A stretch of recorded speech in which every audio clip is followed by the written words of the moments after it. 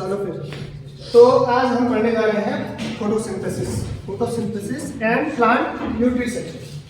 देखिए, फोटोसिंथेसिस आप सभी लोगों ने नाम सुना हुआ है। पहला नाम है फोटो और दूसरा क्या है? Synthesis. Light mediated synthesis. Light mediated synthesis का मतलब है वो सिंथेसिस जो लाइट की प्रेजेंस में हो रही है। अब बात यहां पर आती है कि सिंथेसिस किस चीज का हो रहा है। सिंथेसिस हो रहा है, कौन बता सकता है किस चीज का सिंथेसिस हो रहा है? प्रकाश का सिंथेसिस हो रहा है। It is photo mediated synthesis. Light की हेल्प से कुछ चीज बन रहा है। तो क्या बनते हैं? प्रोडक्ट क्या है फोटोसिंथेसिस के? The product of photosynthesis are oxygen release होती है और साथ साथ आपका क्या बनता है? फूड जनरेट बनता है ना। कौन सा फूड बनता है? आपका कार्बोहाइड्रेट, मतलब ग्लूकोज बनता है ना। तो यूज क्या होता है? CO2 और CO2 यूज होती है और क्या किसकी प्रेजेंस में? लाइट की प्रेजेंस में। और बनता क्या है? कार्बोहाइड्रेट्स और एनर्जी O2 रिलीज होती है ना। तो प्रोडक्ट्स क्या है इसके? प्रोडक्ट्स हैं oxygen and glucose. Products are oxygen and glucose. ठीक है जी। तो कौन सी चीज है प्लांट्स में ऐसी जो इस रिएक्शन को, फोटोसिंथेसिस के रिएक्शन को चलने में हेल्प करती है? That is chlorophyll. ठीक है ना। क्या होता है? Chlorophyll is a pigment in chloroplast. Chloroplast कहाँ होता है? प्लांट सेल के अंदर। तो प्लांट सेल के अंदर क्लोरोप्लास्ट, क्लोरोप्लास्ट के अंदर क्लोरोफिल। क्लोरोफिल क्या है? पिगमेंट। क्या है? क्लोरोफिल क्या है? पिगमेंट है, जिसकी वजह से पेड़ पौधे क्या होते हैं? ग्रीन कलर के होते हैं। कौन है ये? ग्रीन सुन के जो है काफी ज्यादा एनर्जी बाहर आ गई। बढ़िया है। ठंडे में एनर्जी आना बहुत जरूरी है, तभी बाकी लोगों को भी क्या होगा? ठंड लगेगा कि एनर्जी आ रही है क्लास में। ठीक है जी। तो ये सिंपल आपको ये फोटो है जो दिखा रहा है फोटोसिंथेसिस की जनरल। एक लेमैन को अगर हमें समझाना हो तो कैसा होता फोटोसिंथेसिस? और पेड़ पौधे लाइट की प्रेजेंस में CO2 को एब्जॉर्ब करते हैं, वाटर को लेते हैं, ऑक्सीजन और ग्लूकोज रिलीज करते हैं। ठीक है जी। जो ऑक्सीजन हमारा क्या होता है? ग्लूकोज क्या हमारा फूड है, जिसकी वजह से पेड़ पौधे खाना तैयार कर रहे हैं। इसलिए पेड़ पौधों को क्या कहा जाता है? ऑटोट्रॉफ कहा जाता है। क्या कहा जाता है? ऑटोट्रॉफ। जो अपना खाना खुद बनाते हैं उन सबको कहते हैं ऑटोट्रॉफ। इंसान अपना खाना खुद नहीं बनाता है, इसलिए इंसान को क्या कहते हैं? हेटेरोट्रॉफ कहते हैं। हम दूसरे पर डिपेंडेंट हैं। हम खाना पका रहे हैं, जैसे पहले भी कहा था, हम खाना बना नहीं रहे। क्या कर रहे हैं? पका रहे हैं। बना कौन रहा है? प्लांट्स। ठीक है जी। ये तो की सामान्य बात। आपको सामान्य बात नहीं समझनी है, आपको साइंटिफिकली समझना है फोटोसिंथेसिस को कैसे हो रहा है। सोलर एनर्जी, ठीक है, कौन सोलर एनर्जी को ऑब्जॉर्व कर रहा है? क्लोरोफिल। ठीक है जी। क्लोरोफिल सोलर एनर्जी को क्या करता है? ऑब्जॉर्व करता है और अलग अलग डिफरेंट केमिकल रिएक्शन से हमारा फूड तैयार होता है। ठीक है जी।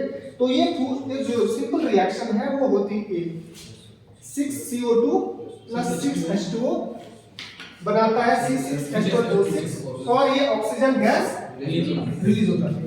कहीं कहीं पर आपको किसी बुक्स में 6CO2 की जो 6H2O की जगह 12H2O भी मिलेगा, कोई प्रॉब्लम नहीं है।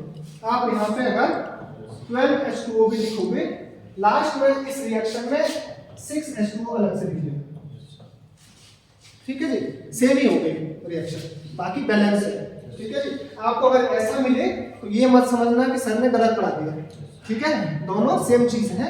6CO2 + 6H2O से C6H12O6 + 6O2 ऑक्सीजन निकल गया, ऑक्सीजन रिलीज हो गई। तो ये तो है सिंपल फोटोसिंथेसिस की पूरी reaction, sum up reaction.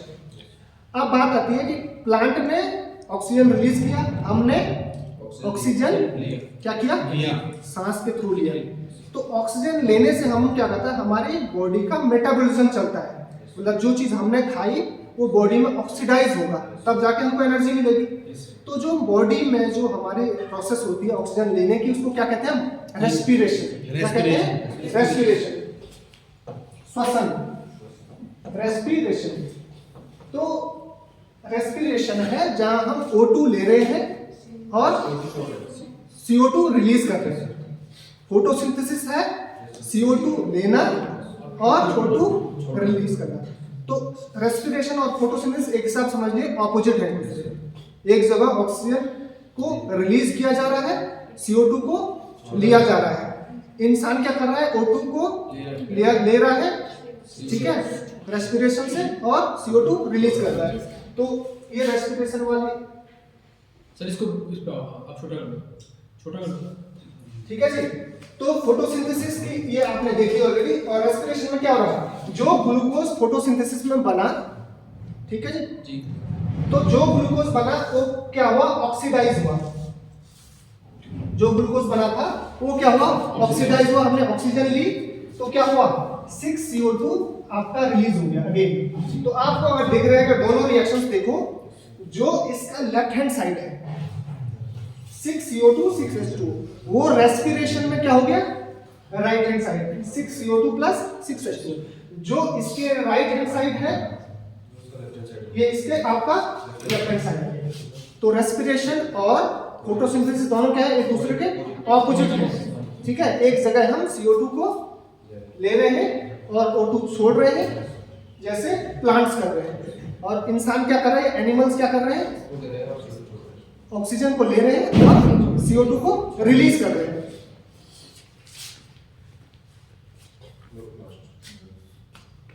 Okay, सो ये है क्लोरोप्लास्ट। क्लोरोप्लास्ट कहाँ मिलता है, प्लांट सेल के अंदर। प्लांट सेल के अंदर मिलता है क्लोरोप्लास्ट। ये स्ट्रक्चर है क्लोरोप्लास्ट का। एक बाई लेयर होता है। क्या होता है, मैंने आपको बताया था, यूकैरियोटिक सेल्स की एक खास बात होती है, मैक्सिमम जो इसके सेल ऑर्गेनल्स होते हैं वो क्या होते हैं, उनमें एक लेयर होती है बाहर से। क्या होती है, एक लेयर होती है जो आपका ऑर्गेनिक इवोल्यूशन को ये बात प्रूव करता है कि ये सबसे डेवलप्ड कैटेगरी है, जिसमें क्या होती है, आपके ऑर्गन्स के बाहर से भी लेयर है। जैसे माइटोकॉन्ड्रिया में भी लेयर होती है ना, आपका क्लोरोप्लास्ट में भी बाहर से लेयर होती है। जो सेल की बाहर से मेम्ब्रेन और वॉल है वो तो है ही है, अंदर जो ऑर्गेनल्स पे हैं उनमें भी क्या है, लेयर्स बनी होती है, क्योंकि इनके अंदर भी कुछ और चीज होता है जो प्रोटेक्ट करना होता है, ठीक है जी। सेल को स्ट्रेस होता है अलग अलग वेज से बॉडी में, ठीक है, सेल को स्ट्रेस होता है। सेल के स्ट्रेस की वजह से इन चीजों में फर्क न पड़े, इसलिए नेचर ने इनको भी क्या दिया है, मेम्ब्रेन दी है बाहर से। क्लोरोप्लास्ट के अंदर क्या है, क्लोरोप्लास्ट के अंदर क्लोरोफिल है। वो क्लोरोफिल किन के अंदर है, ये जो यहाँ ये बने हुए हैं इनको कहते हैं हम थाइलेकोइड्स। क्या बोलते हैं, थाइलेकोइड्स। एक को आप ग्रेनम बोलते हैं और पूरे एक ढेर को क्या कहते हैं, थाइलेकोइड्स कहते हैं। इन थाइलेकोइड्स के अंदर क्या रहते हैं, क्लोरोफिल रहते हैं। इन थाइलेकोइड्स के अंदर क्या रहता है, क्लोरोफिल रहते हैं, जो लाइट को क्या करता है, अब्सॉर्ब करता है और आगे फोटोसिंथेसिस की प्रोसेस चलती है। दो रिएक्शंस होती है फोटोसिंथेसिस की होल प्रोसेस में। फर्स्ट स्टेप है जिसको हम कहते हैं लाइट डिपेंडेंट रिएक्शन। क्या कहते हैं, फर्स्ट स्टेप को कहते हैं light dependent reaction. Second step को कहते हैं डार्क रिएक्शन, ठीक है। डार्क रिएक्शन उसका साइंटिफिक नेम है केल्विन साइकिल। तो कौन कौन सी दो घटनाएं हैं, first step one of photosynthesis is light mediated reaction. Light mediated reaction. और स्टेप टू है केल्विन साइकिल। सी होता है केल्विन साइकिल। इसी को डार्क रिएक्शन कहते हैं। डार्क रिएक्शन को साइंटिफिकली करेक्ट नहीं माना जाता है, इसलिए करेक्ट नेम केल्विन साइकिल कहा जाता है। तो फर्स्ट स्टेप क्या है, जिसमें लाइट की जरूरत है। लाइट गिरी, क्लोरोफिल ने लाइट को एब्जॉर्ब किया, आगे प्रोसेस हुई और जो फर्स्ट रिएक्शन का लाइट की रिएक्शन का जो प्रोडक्ट होता है उससे सेकंड जो रिएक्शन है केल्विन साइकिल वो शुरू होती है। तो बेसिकली जो पहली रिएक्शन जो होती है फर्स्ट रिएक्शन उसमें बनता है O2 स्टेप फर्स्ट में, और जो सेकंड रिएक्शन होती है केल्विन साइकिल वाली उसमें बनता है कार्बोहाइड्रेट, मतलब C6H12O6। तो दोनों इंपॉर्टेंट है। एक को कहते हैं हम O2 रिलीजिंग रिएक्शन, दूसरे को कहते हैं CO2 फिक्सेशन रिएक्शन। क्या कहते हैं? CO2 फिक्सेशन, क्योंकि कार्बन डाइऑक्साइड क्या हो रहा है, यूटिलाइज होकर क्या बन रहा है, आपका शुगर बन रहा है, C6H12O6 ग्लूकोज बन रहा है। तो वो क्या है, सेकंड स्टेप में होता है। First step is O2 releasing step. कहां से O2 आ रहा है, वाटर स्प्लिटिंग से। कहां से, पानी को स्प्लिट करके वाटर स्प्लिटिंग से क्या बन रहा है, O2 बन रहा है। और सेकंड स्टेप में क्या हो रहा है, CO2 फिक्सेशन हो रहा है और आपका कार्बोहाइड्रेट बनेगा C6H12O6। अब बात कर रहे थे हम जो दोनों रिएक्शंस की बात कर रहा था मैं, लाइट रिएक्शन और डार्क रिएक्शन। तो क्या हो रहा है, पहले लाइट रिएक्शन ये है, लाइट डिपेंडेंट रिएक्शन है। ऑब्वियसली लाइट रिएक्शन इसीलिए नाम है क्योंकि लाइट की प्रेजेंस में हो रही है। एनर्जी कन्वर्जन रिएक्शन, इसमें एनर्जी कन्वर्ट हो रही है। कौन सी एनर्जी, लाइट की एनर्जी केमिकल एनर्जी में कन्वर्ट हो रही है। क्या हो रही है, लाइट की एनर्जी केमिकल एनर्जी में कन्वर्ट हो रही है। तो step first is conversion of solar energy into chemical energy, और इसी में बनते हैं आपका ATP एंड NADPH।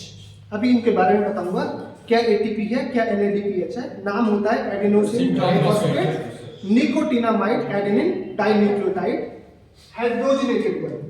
H का मतलब और होता है, आगे बताऊंगा। सेकेंड स्टेप था केल्विन साइकिल। ये क्या है, लाइट इंडिपेंडेंट रिएक्शन। इंडिपेंडेंट का मतलब है इस रिएक्शन के लिए लाइट की रिक्वायरमेंट नहीं है। ये दोनों रिएक्शन क्लोरोप्लास्ट के अंदर होती है, मतलब डिफरेंट जगह पे। जो लाइट डिपेंडेंट रिएक्शन है वो होती है थाइलाकॉइड्स में, क्योंकि उसके अंदर ही क्लोरोफिल है, ठीक है। बट जो सेकंड रिएक्शन है केल्विन रिएक्शन, वो होती है स्ट्रोमा में। स्ट्रोमा क्या है, क्लोरोप्लास्ट के अंदर जो आपका स्पेस है, ये आप देखोगे अगर वो ऐसे लाइट ये जो एरिया है इसे कहते हैं हम स्ट्रोमा, ठीक है, फ्लूइड, ठीक है जी। वो जो अंदर का आपको लिक्विड स्टेट है, लिक्विड स्टेट नहीं बोल सकते उसको, नाम है स्ट्रोमा। यहाँ पर क्या होती है, केल्विन साइकिल यहाँ होती है, और लाइट रिएक्शन किस में होती है, थाइलाकॉइड। तो ये आपको याद रखना। तो रिएक्शन हो क्या रही है, ये यहाँ पर एक समरी है। पहला स्टेप है लाइट रिएक्शन में, थाइलाकॉइड के अंदर लाइट आई, ठीक है जी। थाइलाकॉइड पे लाइट गिरी, उसके अंदर क्लोरोफिल है, क्लोरोफिल ने लाइट अब्सॉर्ब करी, आगे रिएक्शन हुई। साथ साथ इसी में वाटर स्प्लिटिंग होती है, इसी रिएक्शन में, अभी डिटेल आगे बताऊंगा नेक्स्ट स्लाइड्स में।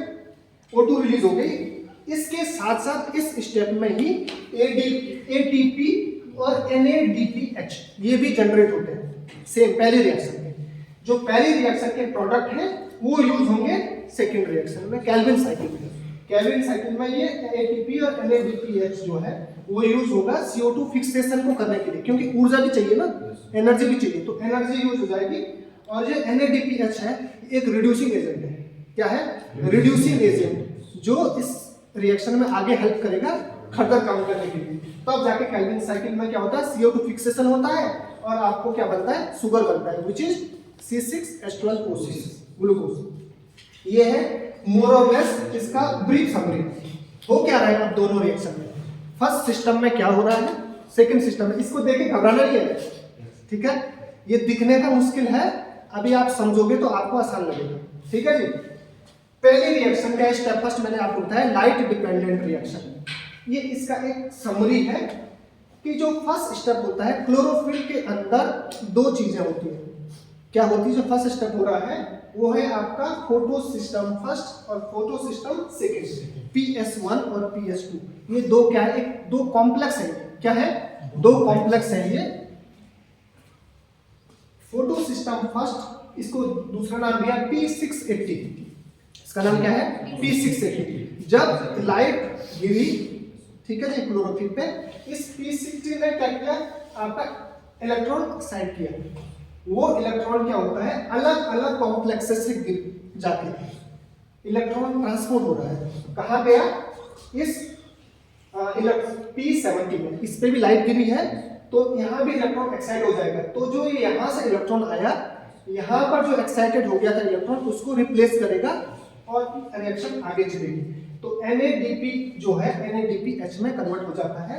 सिमिलरली सेम टाइप पे ATP सिंथेसिस एक क्या है, एंजाइम है, ये क्या करता है, ADP को ATP में कन्वर्ट कर देता है। तो यही इस फर्स्ट किसी से आपका लाइट डिपेंडेंट रिएक्शन में दो काम हुए, एक जनरेशन हुआ NADPH का, एक जनरेशन हुआ ATP का। और यहाँ पे वाटर स्प्लिटिंग हुई पहले स्टेप में। किसमें हुई water splitting, photo system second में P680 पे वाटर रिलीज हो गया। और आगे जो प्रोसेस चल रही है वो किसके लिए हो रही है, NADPH जनरेशन के लिए। साथ साथ आपका ATP सिंथेसिस से आपका ATP निकलेगा।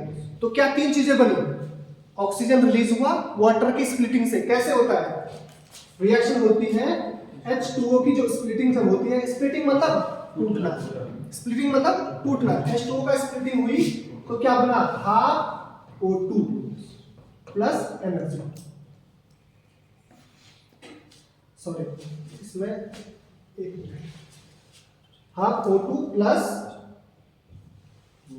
H2, half O2 plus H2। तो ये आपका यहाँ पर क्या हो गया, ऑक्सीजन रिलीज हो गई। तो फर्स्ट में क्या हो गया, आपका ऑक्सीजन रिलीज हुई और जो इलेक्ट्रॉन्स थे ये डिफरेंट रूट से होते हुए लास्ट में NADPH बना और ATP बना। तो तीन चीजें फर्स्ट स्टेप में बनी, कौन कौन, ऑक्सीजन रिलीज हुआ वाटर स्प्लिटिंग से और विभिन्न अलग अलग इलेक्ट्रॉन ट्रांसपोर्ट मीडियम से होते हुए आपका NADPH प्लस क्या बना, NADP प्लस बना NADPH ये बना। और साथ साथ ATP सिंथेसिस ने ATP बना दिया, क्योंकि ये दोनों के दोनों चीजें जो है ATP और NADPH यूज होंगे सेकेंड स्टेप में जो है केल्विन साइकिल। तो एक जगह का प्रोडक्ट एनर्जी प्रोडक्ट दूसरे में यूज होंगे।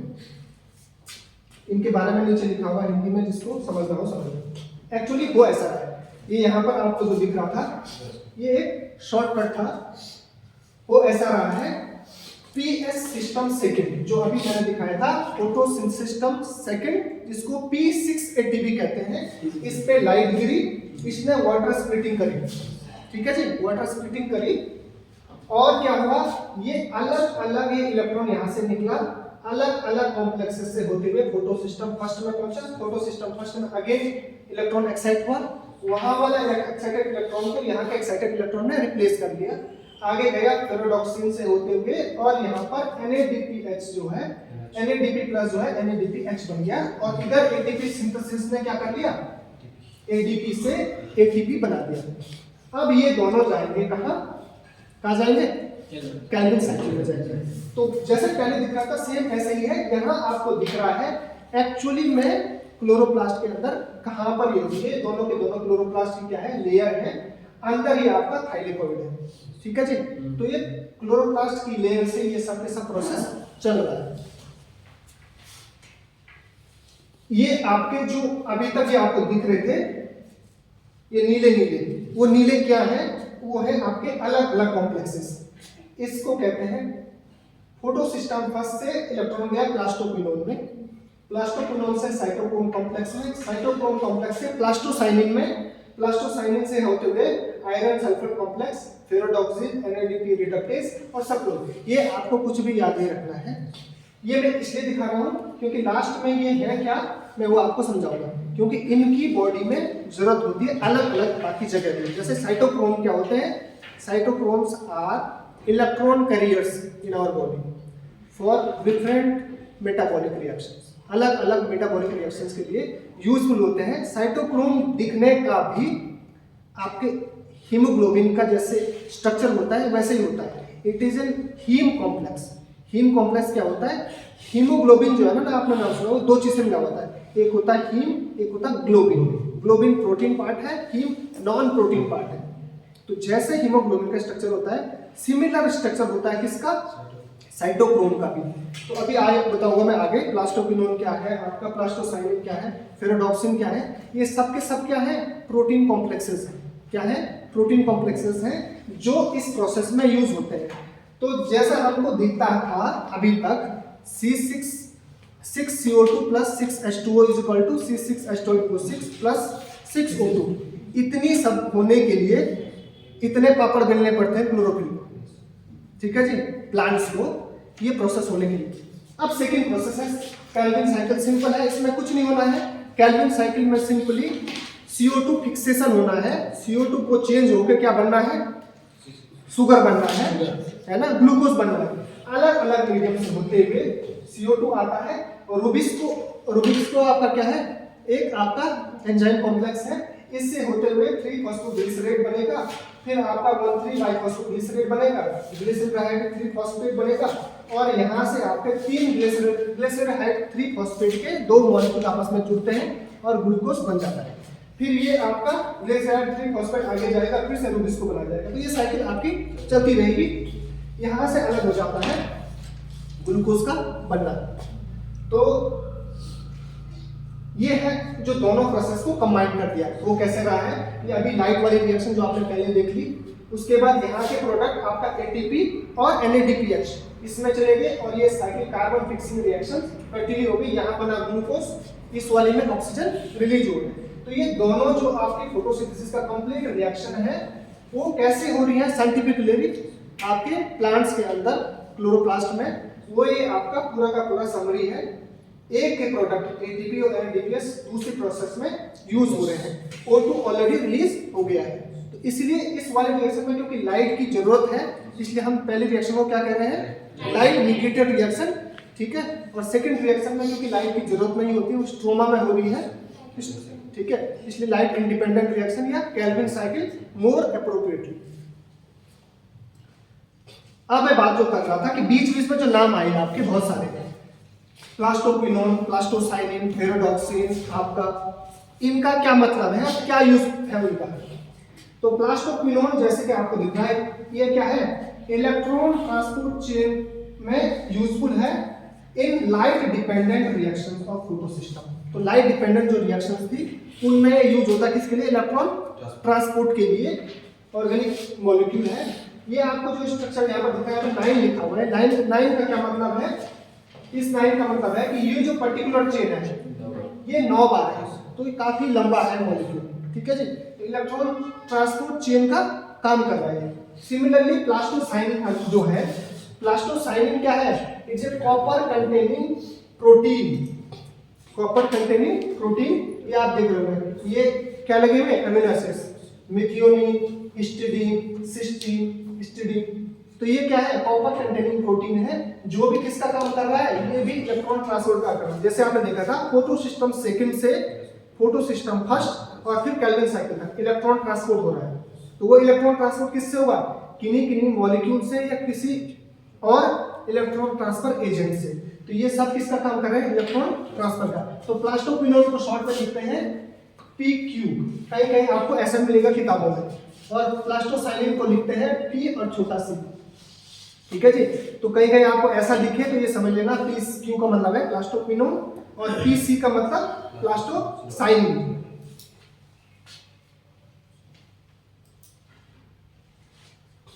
अब बात कर रहा था मैं साइटोक्रोम्स की। साइटोक्रोम मैंने कहा था ये हीमोग्लोबिन के जैसे दिखने वाले होते हैं। हीमोग्लोबिन में क्या होता है, आयरन होता है ना, इनमें भी आयरन होता है। डिफरेंस केवल क्या होता है कि आपके साइटोक्रोम्स जो है they are electron carriers containing haem.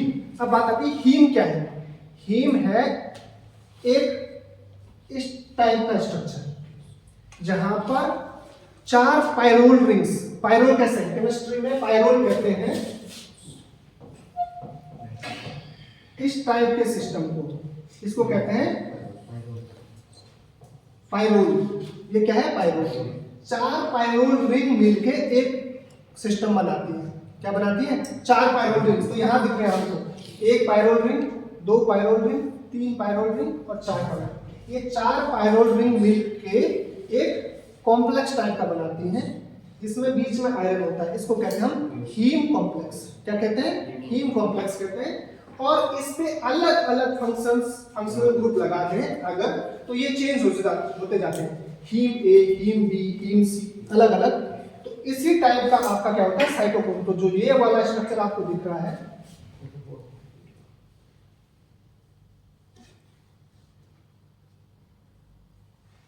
ये वाला जो स्ट्रक्चर दिख रहा है आपको, ये आपका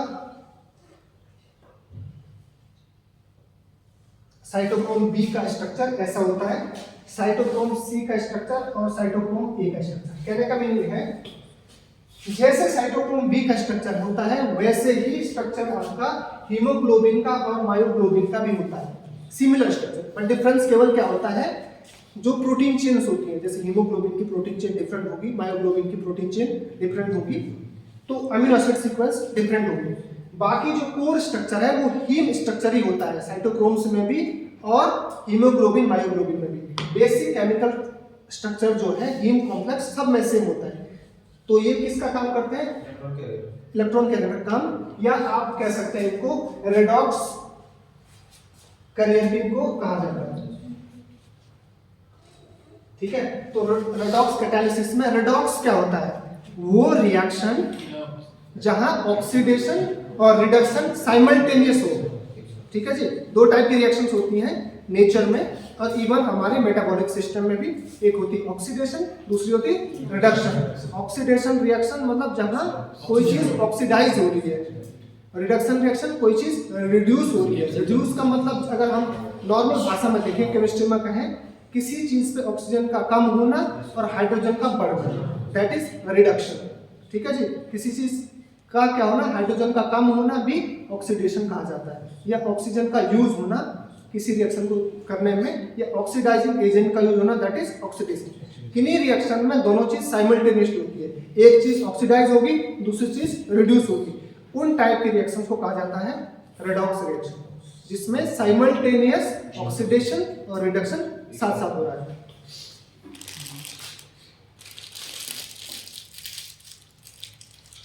फेरोडॉक्सिन भी आपने फोटो सिस्टम फर्स्ट में देखा, तो फेरोडॉक्सिन क्या है, आयरन सल्फर कंटेनिंग कॉम्प्लेक्स है। ठीक है जी, आयरन सल्फर आप देख रहे हो, यहाँ पर आयरन है और बीच में सल्फर है, और ये अलग अलग क्या लगे हुए हैं, अमीनो एसिड्स लगे हुए हैं, सिस्टीन। तो ये भी क्या होते हैं, आपके इलेक्ट्रॉन ट्रांसपोर्ट में काम करते हैं। ठीक है, तो इनके लिए कहा गया है these are biological capacitor can accept और डिस्चार्ज इलेक्ट्रॉन्स। कैपेसिटर्स के जैसे ये काम करते हैं। जो इलेक्ट्रॉनिक्स में कैपेसिटर का इंपॉर्टेंस है, इनका भी सिमिलर है, दोनों काम कर रहे हैं, एक्सेप्ट भी कर रहे हैं और ट्रांसपोर्ट भी, आपसे डिस्चार्ज भी कर रहे हैं। आप बात कर रहे थे हम, आप एक नाम आया था NADPH। क्या है NADPH? NADPH है निकोटिनामाइड एडेनिन डाइन्यूक्लियोटाइड, ये है NADP। ये क्या है NADP। NADP है बेसिकली निकोटिनामाइड एडेनिन। एडेनिन आपको पता है क्या होता है, एडेनिन क्या है, एक नाइट्रोजनस बेस है ना, एडेनिन, थाइमिन, ग्वानिन, साइटोसिन, ये डीएनए के 4 बेसेस हैं। तो एडेनिन जो है क्या है, बेस है। एडिनोसिन इसका मतलब है इसमें एडेनिन होगा, है ना, एडिनोसिन डाइन्यूक्लियोटाइड फॉस्फेट। ठीक है जी, अब देखिएगा ये जो सिस्टम है और ये जो सिस्टम है, बस यही अंतर है केवल NADP में और NADPH में। ठीक है जी, बाकी स्ट्रक्चर सेम टू सेम है। यहां पर जब एक हाइड्रोजन एक्स्ट्रा आ जाता है तो ये बन जाता है NADPH। और इसलिए हम इसको शॉर्ट दिखाने के लिए अगर हम केवल इसको और केवल इसको दिखाएं और बाकी नीचे जितना सा पूछा उसको हम R लिख लें याद रखने के लिए, क्योंकि इतना बड़ा स्ट्रक्चर याद रखना थोड़ा मुश्किल है। तो अगर आपको शॉर्ट में याद रखना तो इस पूरे ग्रुप को R मान लो और इस वाले भी पूरे ग्रुप को R मान लो। तो NADP ये होगा, NAD प्लस ये हो गया NADP प्लस, और NADPH यहाँ पर एक्स्ट्रा हाइड्रोजन आ गया। तो ये जिसपे ये एक्स्ट्रा हाइड्रोजन होता है nucleotide adenosine nicotinamide adenosine dinucleotide phosphate. H जहां पर आ गया वो मॉलिक्यूल किसका काम करता है, रिडक्शन का काम करता है, क्योंकि उसके पास वो एक्स्ट्रा हाइड्रोजन है जिसको वो डोनेट कर सकता है। क्या कर सकता है, डोनेट कर सकता है अलग अलग बायोलॉजिकल प्रोसेसेस में, ठीक है। तो इसलिए क्योंकि ये NADPH जो है बहुत बढ़िया रिड्यूसिंग एजेंट है जो अलग अलग बायोलॉजिकल प्रोसेसेस के लिए हाइड्रोजन डोनर का काम करेगा। किसका, हाइड्रोजन डोनर का, क्योंकि इसके पास ये हाइड्रोजन डोनर डोनेट करने के बाद ये फिर से स्टेबल फॉर्म में आ जाता है। भाई कोई भी मॉलिक्यूल ऑक्सीडेशन या रिडक्शन तभी करेगा जब करने के बाद वो खुद स्टेबल स्टेट में हो। ये टेंडेंसी होती है आपका मॉलिक्यूलर सिस्टम में। कोई भी मॉलिक्यूल जो डोनेट करने के बाद वो खुद अनस्टेबल नहीं हो सकता है। अगर अनस्टेबल होगा तो इमीडिएटली किसी दूसरी चीज को कैच करके रिएक्शन करके किसी दूसरी चीज में कन्वर्ट हो जाएगा। जैसे NADP जो है H में और प्लस में चलता रहता है काम। NADP प्लस बनेगा वो हाइड्रोजन लेगा, NADPH बन जाएगा। NADPH रहेगा वो हाइड्रोजन डोनेट करेगा। तो ये प्रोसेस कंटिन्यू चलती रहती है बायोलॉजिकल प्रोसेस में, इंक्लूडिंग फोटोसिंथेसिस। अब बात कर रहे थे, इतनी सब चीज बात हो रही थी, photo system first, photo system second, कैसे आपका डार्क रिएक्शन हो रही है, कैसे लाइट रिएक्शंस हो रही है। बात मेनली घूम फिर के किस बात है, क्लोरोफिल पे, क्योंकि वो सबसे मेन चीज है जो लाइट को क्या कर रहा है, एब्जॉर्ब कर रहा है। और उसके बाद जो है फोटो सिस्टम फर्स्ट और सेकंड से डिफरेंट रिएक्शंस हो रही है। तो क्लोरोफिल का स्ट्रक्चर भी सेम टू सेम होता है। इसमें भी जैसे कि 4 पायरोल रिंग्स हैं, 1 2 3 और 4। बीच में हीमोग्लोबिन में भी ऐसे ही होता है स्ट्रक्चर। यहाँ पर मैग्नीशियम है, वहाँ आयरन रहता है। क्या रहता है, आयरन रहता है। हीमोग्लोबिन में क्या रहता है, हीमोग्लोबिन में साइटोक्रोम्स में आयरन रहता है, यहाँ मैग्नीशियम है। सिमिलरली एक और भी चीज होती है विटामिन B12, उसमें इनकी जगह आ जाता है, इसी से ऐसा ही कॉम्प्लेक्स रहता है, बीच में कोबाल्ट आ जाता है। किसमें, विटामिन B12। कौन सा मेटल होता है, कोबाल्ट। ये कई बार क्वेश्चन पूछा जाता है, विटामिन B12 में कौन सा मेटल है, या क्लोरोफिल में कौन सा मेटल। क्लोरोफिल में है मैग्नीशियम, विटामिन B12 में कोबाल्ट, हीम में आयरन। ठीक है, आयरन की कमी बोलते हैं ना, या हीमोग्लोबिन की कमी बोलते हैं, दोनों एक ही चीज माना जाता है, क्योंकि हीमोग्लोबिन का ही पार्ट क्या है, आयरन है। तो ये क्लोरोफिल का जो स्ट्रक्चर है इसको 2 हिस्सों में बांटा जाता है। एक इसका हेड वाला हिस्सा, इसको कहते हैं पोरफायरिन सिस्टम। क्या कहते हैं, पोरफायरिन सिस्टम। ठीक है जी। और जो नीचे का हिस्सा होता है ये वाला, इसको कहते हैं थाइटोल। ठीक है, टेल सिस्टम। ये काफी लंबी चेन है, यहां पर दिख रहा है आपको, COO के बाद ये आती है C20H39। तो बहुत ही लंबी ये चेन है, इसको क्या कहते हैं, फाइटोल। अलग से ये लंबी चेन है। और ये वाली क्या है, आपका ऊपर का हेड वाले पोर्शन को कहते हैं हम पोरफायरिन। अब बात करते हैं क्लोरोफिल के टाइप्स। क्लोरोफिल के type, chlorophyll A, chlorophyll B। हर सेल के अंदर दोनों टाइप के क्लोरोफिल होते हैं, A और B। इनमें रेशियो होता है 3:1। 75% होता है क्लोरोफिल A और 25% होता है क्लोरोफिल B। कितना, क्लोरोफिल A 75%, क्लोरोफिल B 25%। ठीक है जी। तो कैसे हम डिफरेंस करेंगे कि कौन सा क्लोरोफिल A है, कौन सा क्लोरोफिल B है। दोनों का स्ट्रक्चर सेम टू सेम होता है, केवल डिफरेंस है आपका R ग्रुप में। R means alkyl group. Alkyl group R की जगह अगर CH3 है यहां पर, तो वो हो जाएगा क्लोरोफिल A, और R की जगह CHO है तो हो जाएगा क्लोरोफिल B। अगर CHO है तो क्लोरोफिल B CHLB, शॉर्ट में लिखते हैं, यहां पर लिखेंगे CHLA। क्लोरोफिल A कब होगा, जब मिथाइल ग्रुप रहेगा एल्काइल चेन में। ठीक है जी। बाकी सेम टू सेम स्ट्रक्चर है। 25% क्लोरोफिल B मिलेगा और 35% क्लोरोफिल 75% क्लोरोफिल A मिलेगा। कहां मिलता है ये, आपको पता है कि लाइट रिएक्शंस कहां होती है, थाइलेकॉइड के अंदर। कहां होती है, थाइलेकॉइड के अंदर। तो ये आपको थाइलेकॉइड मेम्ब्रेन दिख रही है, थाइलेकॉइड मेम्ब्रेन के अंदर ये आपको ये chlorophyll molecule embedded in protein matrix.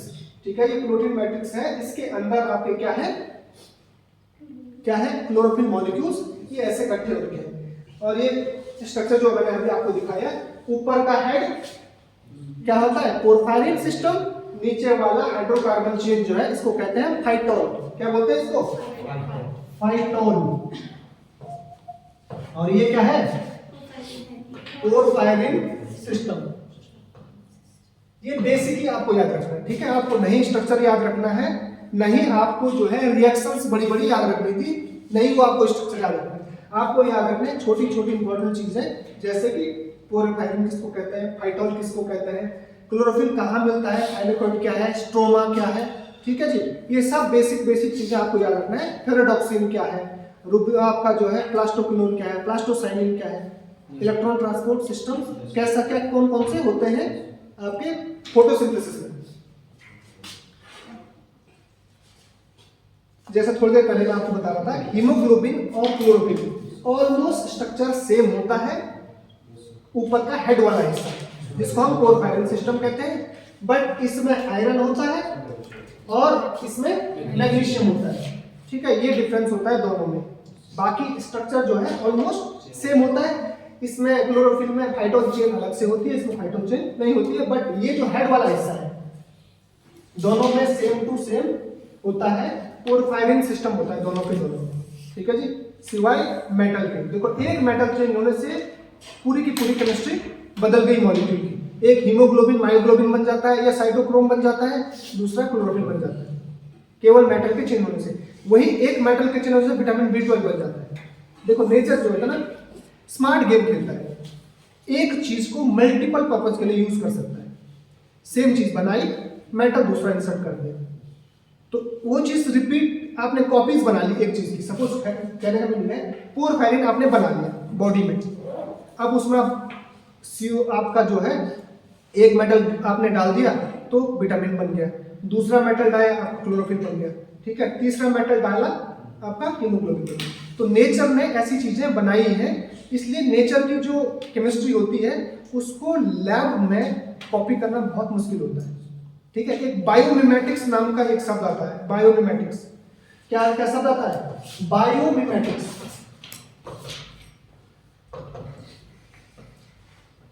Biomimetics कहता है, इसका मतलब है बायोमिमिक्री, नेचर की मिमिक्री करना या नेचर की कॉपी करना।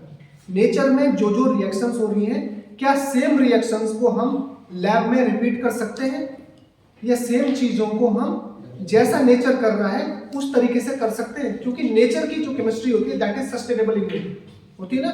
हम लोग जो भी लैब में रिएक्शंस करते हैं केमिस्ट्री में या किसी भी और बायोलॉजिकल प्रोसेसेस, हम लोग वेस्ट प्रोडक्ट जनरेट करते हैं, we do lots of generate lots of waste, but nature में जो केमिस्ट्री होती है दैट इज सस्टेनेबल। मतलब एक चीज का प्रोडक्ट जो बनेगा उसका बाय प्रोडक्ट कहीं दूसरे में यूज होगा, किसी दूसरी रिएक्शन का बाय प्रोडक्ट किसी तीसरी रिएक्शन में यूज होगा, जबकि रूटीन लैब्स में इंडस्ट्री में जो रिएक्शंस होती हैं वो नॉन सस्टेनेबल होती है। लॉट ऑफ इंडस्ट्रियल वेस्ट हम जनरेट करते हैं, इसलिए नेचर का सस्टेनेबल इसीलिए होता है क्योंकि हर चीज ऐसे डिजाइन की हुई है कि कोई भी चीज फालतू नहीं जाएगी। जैसे वाटर स्प्लिटिंग किया तो O2 हमारे काम का मिल गया, और वहाँ यूज क्या कर लिया CO2 जो हम बाहर निकल सकते है ना, तो वो सस्टेनेबल हुए हैं। हम रेस्पिरेशन कर रहे हैं, वो फोटोसिंथेसिस कर रहे हैं। प्लांट खुद भी रेस्पिरेशन करता है, पता है ना आपको, है ना। प्लांट दोनों काम करता है, हम केवल रेस्पिरेशन ही करते हैं, हम फोटोसिंथेसिस नहीं करते हैं। इसलिए कर्जदार है हम, पूरे प्राणी इंसान जो है ना कर्जदार है पेड़ पौधों में। ओके, अब बात करते हैं, इतनी देर बात कर रहे थे हम, पेड़ पौधे जो है हमको ऑक्सीजन दे रहे हैं, ऑक्सीजन जनरेट हो रही है, हम ऑक्सीजन ले रहे हैं, रेस्पिरेशन कर रहे हैं, CO2 बाहर छोड़ रहे हैं, उस CO2 को फिर से पेड़ पौधे ले रहे हैं, हमको ऑक्सीजन रिलीज कर रहे हैं। अब बात आती है कि पेड़ पौधों को तो न्यूट्रिशन चाहिए उनकी ग्रोथ के लिए, उनके डेवलपमेंट के लिए, या हम कोई क्रॉप उगा रहे हैं तो उस क्रॉप की यील्ड अच्छी हो, इसलिए क्रॉप की प्रॉपर हेल्थ चेकअप होना जरूरी है। उसके लिए क्या क्या न्यूट्रिशन चाहिए उसके बारे में थोड़ा सा बात करेंगे। तो फोटोसिंथेसिस में तो आपको बताया लाइट यूज होती है, CO2 यूज होता है, वाटर यूज होता है, और सॉइल स्ट्रक्चर क्योंकि जिसमें उग रहा है पौधा वो मिट्टी चाहिए, ये तो जरूरी चीजें हैं, बट ये सफिशिएंट नहीं है पेड़ पौधों की ग्रोथ के लिए। पेड़ पौधों की ग्रोथ के लिए। उसके अलावा आपको क्या चाहिए, न्यूट्रिएंट्स भी चाहिए। कुछ न्यूट्रिएंट्स ज्यादा अमाउंट में चाहिए जिनको हम मैक्रो न्यूट्रिएंट्स कहते हैं, कुछ न्यूट्रिएंट्स हमको कम अमाउंट में चाहिए जिनको हम माइक्रो न्यूट्रिएंट्स कहते हैं। ज्यादातर आपने सुना होगा एग्रीकल्चर सेक्टर में एनपीके, ये क्या होता है, फर्टिलाइजर्स होते हैं, नाइट्रोजन, फास्फोरस, पोटेशियम, ये तीन सबसे ज्यादा यूज किए जाते हैं। एनपीके आपने डाल दिया तो आधा काम हो जाता है।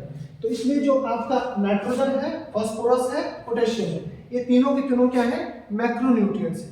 ये सब आपने देखे। बट इन तीन के अलावा सल्फर, मैग्नीशियम और कैल्शियम, ये भी मैक्रो न्यूट्रिएंट्स की कैटेगरी में आते हैं। ये इतने बहुत ही ज्यादा जरूरत होती है प्लांट्स के लिए। कहाँ कहाँ जरूरत होती है, ये देखिए, ये आपके तीन एनपीके जो हम बात कर रहे थे। नाइट्रोजन ओवरऑल सबसे ज्यादा जरूरत होती है क्योंकि हर एक बायोलॉजिकल प्रोसेस में इसका यूज होता है। तो एक दिखा कि ग्रीन अप प्लांट्स, सिंपल याद करने के लिए, पौधों को हरा भरा रखने के लिए हमको नाइट्रोजन की जरूरत है। देखो आपने, हम हरी सब्जियों में यूरिया यूज करते हैं, करते हैं ना, क्योंकि नाइट्रोजन कंटेंट ज्यादा है। तो ज्यादा हरा भरा बनाने के लिए हमको क्या चाहिए, यूरिया चाहिए, which is more nitrogen containing fertiliser, है ना। क्या निकलता है उससे, हमको नाइट्रोजन मिलता है। सेकंड है फास्फोरस। फास्फोरस क्या करता है, ये रूट तक पहुंचता है और पेड़ पौधों को हेल्दी बनाने के लिए रूट्स का इंपॉर्टेंस है। रूट्स हेल्दी रहेंगे तो बढ़िया न्यूट्रिएंट्स अब्सॉर्ब करेंगे, बढ़िया आपका वाटर अब्सॉर्ब करेंगे, प्लांट को फायदा होगा। तीसरा है potassium, promotes all round wellbeing. तो ये ओवरऑल क्या होता है, तो पेड़ पौधों की विभिन्न एक्टिविटीज के लिए जरूरी होता है। तो ये ओवरऑल ग्रोथ रिजिडिटी के लिए होता है। ठीक है, आगे भी आगे पढ़ेंगे। और चीजें भी हैं, कैल्शियम भी काम का होता है, मैग्नीशियम भी काम का होता है, सल्फर भी बहुत जरूरी है। सर तो एक बार सर उसके पहले लाइट दिखाना, स्लाइड क्या करता है, माइक्रोन्यूट्रिएंट स्लाइड दिखाना सर एक बार। माइक्रोन्यूट्रिएंट्स कितने होते हैं, 1 2 3? ठीक है जी, यस हो गया। ठीक है। तो क्या क्या डिफरेंस है माइक्रो और मैक्रो में। मैक्रो वो न्यूट्रिएंट्स है जो ज्यादा अमाउंट में चाहिए, जो प्लांट ज्यादा अब्सॉर्ब करते हैं सॉइल से। माइक्रो वो हो गए जो कम अमाउंट में चाहिए, मैक्रो ज्यादा अमाउंट में चाहिए। नाम से ही पता चल रहा है। तो मैक्रो कौन कौन से होते हैं सर? एनपीके हो गया, ठीक है, आपको स्लाइड, ये स्लाइड भी मिल जाएगी, है ना, वो हर एक चीज मिल जाएगी आपको, तो घबराने की जरूरत नहीं है ना, ये आपके पास ही आएंगे। ठीक है जी, ओके। तो हम बात कर रहे थे जो एनपीके, नाइट्रोजन, फास्फोरस, पोटेशियम के अलावा जो और चीजें भी 3 माइक्रोन्यूट्रिएंट्स और हैं, वो है आपका कैल्शियम, मैग्नीशियम और सल्फर। ये भी बहुत जरूरी होती है किन किन चीजों के लिए, जैसे आपने हीट स्ट्रेस आपने खासकर देखा होगा गर्मियों के टाइम पर होता है ना, गर्मियों के टाइम पर झुलस जाते हैं। एक तो वो स्ट्रेस हो गया जब पानी आपने नहीं डाला, वाटर स्कार्सिटी हो गई, पानी की कमी हो गई खेतों में, तब सूखना रूटीन है, नॉर्मल है। बट केवल आपने पानी डाला सुबह, फिर भी दोपहर की गर्मी में झुलस गई, तो हीट स्ट्रेस जो है नहीं सह पाते। जैसे कई लोगों पे सन में क्या हो जाता है, टैनिंग बहुत जल्दी हो जाती है, होती है ना, कईयों पर नहीं होती है। तो वो क्या है, बॉडी टाइप है, किसी में जो है पिगमेंटेशन होता है, किसी में नहीं होता है। सिमिलरली प्लांट्स में भी है, जिसमें आपका न्यूट्रिएंट्स प्रॉपर होंगे वो हीट स्ट्रेस जो है झेल सकता है। जैसे ये 25 डिग्री पर है, दोनों प्लांट्स एक जैसे हैं, बट लो मैग्नीशियम वाला थोड़ा ग्रोथ कम है, पर दोनों हरे भरे दिख रहे हैं। एक में एडिक्वेट अमाउंट है मैग्नीशियम की, तो वो ठीक दिख रहा है, ग्रोथ बढ़िया होगी। बट जब 35 डिग्री तक गया तो जिसमें ठीक अमाउंट है, लेंथ तो थी बढ़िया, बट क्या हो गया, साथ साथ इस पे हीट स्ट्रेस का ज्यादा फर्क नहीं पड़ा, बट जो लो मैग्नीशियम वाला था वो क्या हो गया, झुलस गया। तो ये है मैग्नीशियम का रोल, इंपॉर्टेंस, मतलब रेजिस्टेंट बनाना प्लांट को। क्या करना है, किसी एक्सटर्नल फैक्टर से लड़ने के लिए रेजिस्टेंट बनाना। Next calcium. तो कैल्शियम के क्या क्या रोल है प्लांट के लिए। सबसे पहला तो है हेल्प करता है प्लांट को नाइट्रोजन को या नाइट्रेट्स को उस फॉर्म में चेंज करने के लिए जो प्लांट एब्सॉर्ब कर सके। देखो नाइट्रोजन तो नेचर में किस फॉर्म में मिलती है, N2, बट जो नाइट्रीफाइंग बैक्टीरिया होते हैं वो क्या करते हैं, नाइट्रेट और नाइट्राइट में चेंज करते हैं, क्योंकि वही जो कंडीशंस होती हैं प्लांट को अब्जॉर्ब करने के लिए होती है। N2 नहीं अब्जॉर्ब कर सकता प्लांट, क्या नहीं कर सकता है, N2 नहीं कर सकता है। इसलिए ऐसी फॉर्म में कन्वर्ट करना, वो बैक्टीरिया जो इसको हेल्प करते हैं उनको क्या कहते हैं, नाइट्रीफाइंग बैक्टीरिया। सुना होगा आपने नाम ना, दाल की पेड़ की जड़ों में होता है राइजोबियम, है ना, लेग्यूमिनोसी फैमिली कहते हैं दाल की फैमिली। उनकी जड़ों में क्या होता है, नाइट्रीफाइंग बैक्टीरिया होता है जो एटमॉस्फेरिक नाइट्रोजन को चेंज करता है। किसमें किसमें, नाइट्रेट्स और नाइट्राइट्स, ठीक है जी। तो ये क्या कर, एक तो हेल्प कर रहा है नाइट्रेट और नाइट्रोजन की फॉर्म्स में एटमॉस्फेरिक नाइट्रोजन को चेंज करने के लिए, दूसरा डिजीज रेजिस्टेंस बनाने के लिए। इससे पहले भी मैं दिखा रहा था, जो हीट स्ट्रेस दिखा रहा था वो भी एक एक्सटर्नल फैक्टर से ही रेजिस्टेंस के लिए हेल्प कर रहा है। तीसरा, कई सारे प्लांट ग्रोथ रेगुलेटिंग एंजाइम्स जो होते हैं उसमें क्या होता है, कैल्शियम होता है, ठीक है जी। कई सारे जो आपके एंजाइम होते हैं बॉडी, प्लांट बॉडी को उनके डिफरेंट मेटाबॉलिक एक्टिविटीज को रेगुलेट करने के लिए उसमें काम होता है। एब्जॉर्प्शन को भी इंप्रूव करता है, जड़ों को अच्छा हेल्दी बनाएगा तो एब्जॉर्प्शन ज्यादा बढ़िया होगा। और also responsible for sale division में भी ये काम करता है। तो बेसिकली ज्यादा इंपॉर्टेंट फैक्टर है आपका ये वाला और ये वाला, ये वाला, ठीक है जी। ये तीन जो है मेन इसके काम है। सिम्टम्स, कैल्शियम डेफिशिएंसी के सिम्टम आपने खराब, आपने वो देखे होंगे, सेम ये टमाटर है, जूम हो गए, ठीक है जी। तो आपने टमाटर देखे होंगे कुछ खराब हो जाते हैं गुच्छे में ही, देखे ना आपने, ग्रेप्स है ये, थोड़ा जूम हो गया तो ज्यादा बड़े दिख रहे हैं, है ना। बट ऐसे आपने देखे हुए रहते बेटा, ग्रेप्स नहीं हुए रहते, ग्रेप्स का जो गुच्छा है ना उस पे देखोगे कुछ कुछ ग्रेप्स जैसे एक साइड बढ़िया दिखते हैं और दूसरी साइड जो है खराब हुए रहते हैं, देखे आपने। ग्रेप्स उसी को बोलते हैं, हाँ टमाटर बोला मैंने, सॉरी। देखो वही होता है ना, हिंदी इंग्लिश के चक्कर में ना मेरा खुद का ट्रांसलेशन गड़बड़ा गया है, ठीक है जी। अच्छा अच्छा अच्छा, मैंने ग्रेप्स बोला पर हिंदी वाला मैंने टमाटर बोल दिया। बताओ ये उसमें तो ग्रेप्स लिखा हुआ है, ओके, मुझे माफ करना ओम साई राम। चलो ओके, आगे चलिए भाई साहब। ग्रेप्स की बात चल रही है, कई जो होते हैं ग्रेप्स को उस साइड से पकड़ के दूसरी साइड से खा जाते हैं, है ना, बस वही वाले ग्रेप्स, ठीक है जी। वो पूरे सड़े नहीं रहते हैं बट एक साइड से खराब हो रहते हैं, इसलिए हम इंडियन लोग जो है ना दूसरी साइड से पकड़ के खा जाते हैं, वो वाला साइड फेंक देते हैं। सब हंस रहे मतलब सबने खाया, ठीक है जी।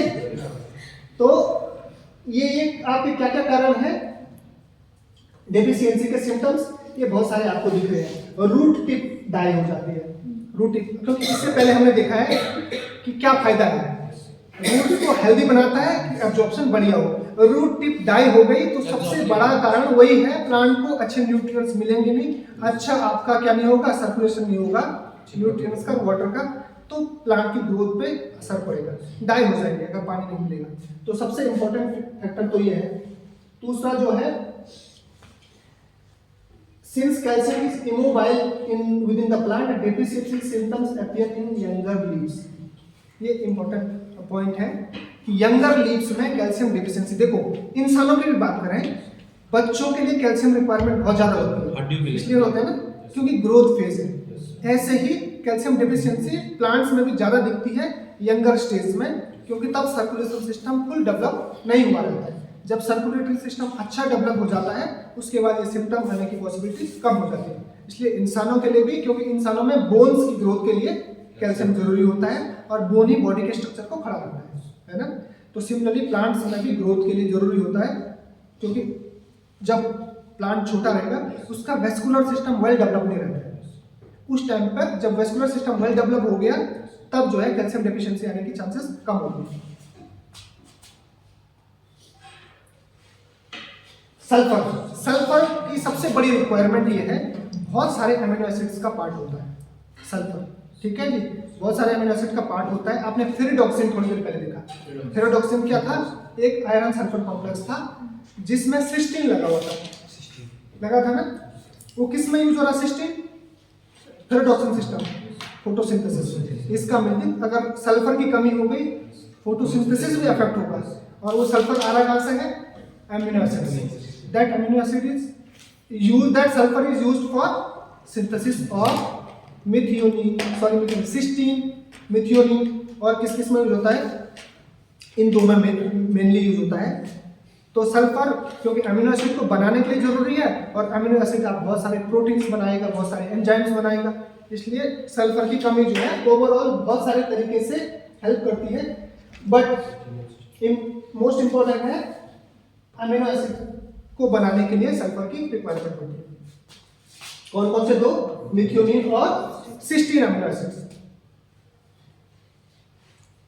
अब बात कर रहे हैं हम, क्योंकि हम इंपॉर्टेंट न्यूट्रिएंट्स की बात करें तो नाइट्रोजन साइकिल की भी बात करनी जरूरी है। तो नाइट्रोजन साइकिल क्या है? नाइट्रोजन साइकिल कैसे एटमॉस्फेयर का नाइट्रोजन अलग अलग प्रोसेसेस से प्लांट्स एब्जॉर्ब करते हैं, प्लांट एब्जॉर्ब करते हैं, हम प्लांट प्रोडक्ट्स खाते हैं, फिर हम में भी जाता है, और फिर एक्सक्रीस्ट्रा से होते हुए सॉइल में जाके फिर कैसे एटमॉस्फेयर में चल जाता है। ये पूरे के पूरे सिस्टम को क्या कहते हैं? नाइट्रोजन साइकिल कहते हैं। तो सबसे पहले क्या हो रहा है? एटमॉस्फेयर में नाइट्रोजन है कितना परसेंट? 78 पॉइंट समथिंग, 79 पॉइंट समझ लो अप्रोक्सीमेट। इतना परसेंट नाइट्रोजन है, 78%। वो कहाँ गया? नाइट्रोजन फिक्सेशन हुआ, नाइट्रोजन फिक्सिंग बैक्टीरिया जो आपकी दाल की जड़ों में होता है और सॉइल में भी होता है। ठीक है जी। तो मैक्सिमम जो आपकी लेग्यूमिनेसी फैमिली की क्रॉप्स में पाया जाता है। इसने क्या किया आपका? इसको पहले अमोनिया में चेंज किया, फिर नाइट्रेटिंग बैक्टीरिया को नाइट्रिफिकेशन प्रोसेस से नाइट्रेट में चेंज किया, फिर अगेन नाइट्रेट को, सॉरी ये नाइट्राइड है, NO2 is nitride, NO2 minus is nitride, और NO3 नेगेटिव इज नाइट्रेट। ठीक है जी। नाइट्राइट और नाइट्रेट पहले चेंज होगा नाइट्राइट में, फिर चेंज होगा नाइट्रेट में, और नाइट्रेट को हम लोग भी मतलब प्लांट्स है एब्जॉर्ब कर सकते हैं। तो ये एब्जॉर्ब कर लिया आपका एसिमिलेशन, मतलब एब्जॉर्प्शन कर लिया प्लांट्स में, और फिर उसके बाद जो है आपका डीनाइट्रीफाइंग बैक्टीरिया ने फिर जो बची हुई नाइट्रोजन है उसको वापस N2 बना दिया, एटमॉस्फेयर में चली गई। ठीक है। तो दो टाइप के बैक्टीरिया, एक जो एटमॉस्फेरिक नाइट्रोजन को क्या कर रहे हैं? फिक्स करके नाइट्राइट और नाइट्रेट में कन्वर्ट कर रहे हैं। दूसरा जो डीनाइट्रीफाइंग बैक्टीरिया है, जो वापस आपका जो बची हुई है, जो यूज नहीं हुई सॉइल में से, उसको चेंज करके वापस एटमॉस्फेयर में भेज रहे हैं। तो ये पूरा का पूरा साइकिल क्या करता रहता है? चलता रहता है। ठीक है।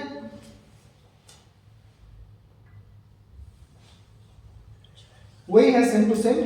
इसमें एक चीज छूट गई थी, ये वाला, क्योंकि आदमी, इंसान, पेड़ पौधे ये डीके होंगे, इनकी बॉडी से भी नाइट्रोजन जाएगा। ये हमारा एक्सक्रीटरी प्रोडक्ट्स है, उसमें भी नाइट्रोजन रहता है। आपका यूरिन है, उसमें भी नाइट्रोजन है। तो ये सब भी किसके थ्रू? डिकम्पोजर्स के बाद डीनाइट्रीफाइंग बैक्टीरिया क्या करेंगे? वापस चेंज करके इसको फिर से N2 में रिलीज कर देंगे, एटमॉस्फेयर में चल जाएंगे, क्योंकि नाइट्रोजन गैस है, इजिली एटमॉस्फेयर में चल जाती है। बाकी क्या है? आपके अलग फॉर्म्स है, नाइट्रेट, नाइट्राइट किसके साथ रहेंगे? या तो आपका सॉइल में मैटर के साथ, किसी मेटल के साथ रहेंगे, या किसी और कॉम्प्लेक्स के फॉर्म्स में रहेंगे। ठीक है जी।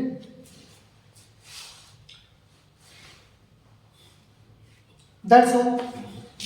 सर क्वेश्चन है